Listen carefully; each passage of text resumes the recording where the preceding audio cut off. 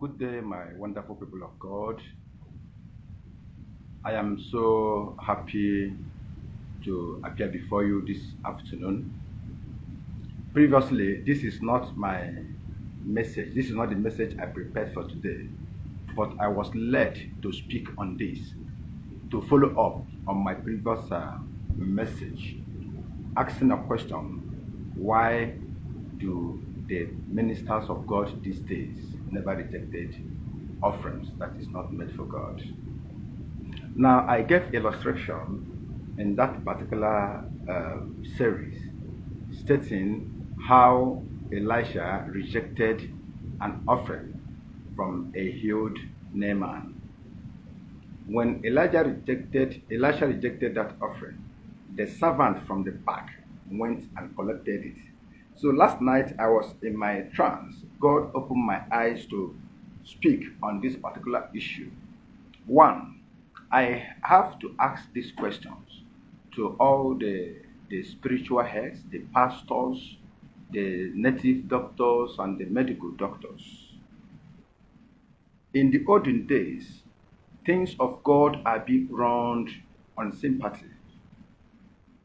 When somebody is not healthy, is ill, and he happens to go to a man of God or a medical doctor or a native doctor, the priority or the most important thing that will give that person happiness is healing the sick without minding what will be the financial benefits. My question is this now.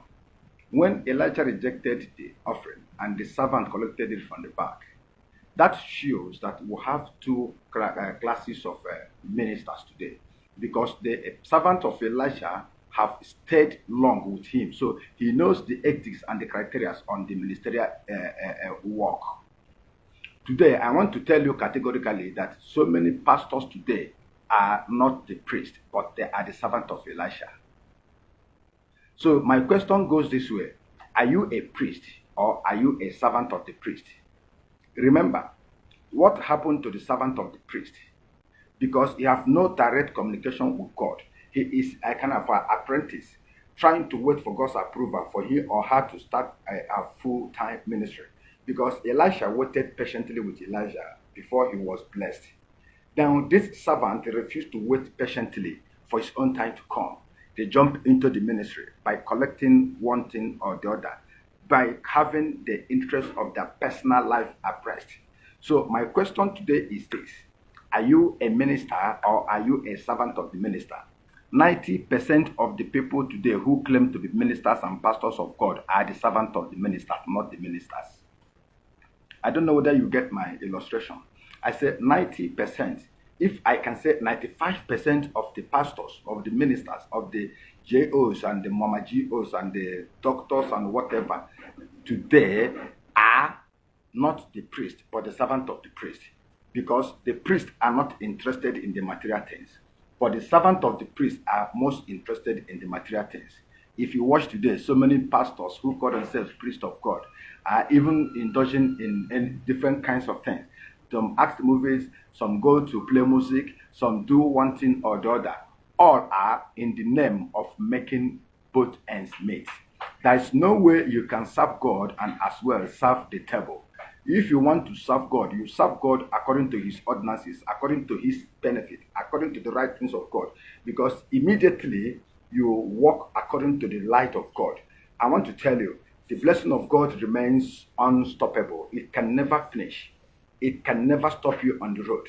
But those who are servants of the masters, try to understand what I mean. Those who are the servant of the priest, when the priest rejected the offering, the servants went at back to collect those things. So all the pastors, all the native doctors, or even medical doctors who are not interested in how to bring back life or touching life positively in this life, they are all servants of the priest. I am not talking against anybody or particularizing this message to anyone, but it is late for you to know where you belong. Do you belong in the cathedral or citadel of the priest, or at the citadel of the servant of the priest? Remember what happened to the servant of the priest. Those people who are indulging in collecting money, making money in the house of God, spreading money in the house of God, turning the house of God as a place of collecting money. Any opportunity you have in life to touch people's life positively, you will turn it as a money-making machine. Let me tell you something. What happened to